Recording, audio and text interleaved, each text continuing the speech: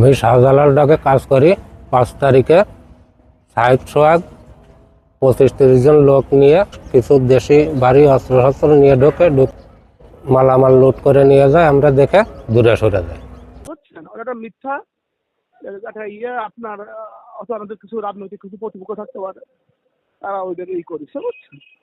এখন আপনি একটা কাজ করতে পারেন, ওই প্রতিষ্ঠানের ভিতরেই আমি ওই লোক দিয়ে আপনার পাঠিয়ে দিতে পারি। আপনি ওইখানে প্রতিষ্ঠানে যাই ঘুরে ঘুরে তথ্যপত্র যে ওই লোক ওইখানকার লোক কিনা, এই ধরনের ঘটনা এখানে ঘটছে কিনা, এগুলো আপনি দেখে আসতে পারেন। জি ভাই, করছিলাম অভিযোগ করে তো এখন জানের ভয়তে আছি ভাই। আমি এ নিয়ে আর কথা বলতে চাচ্ছি না।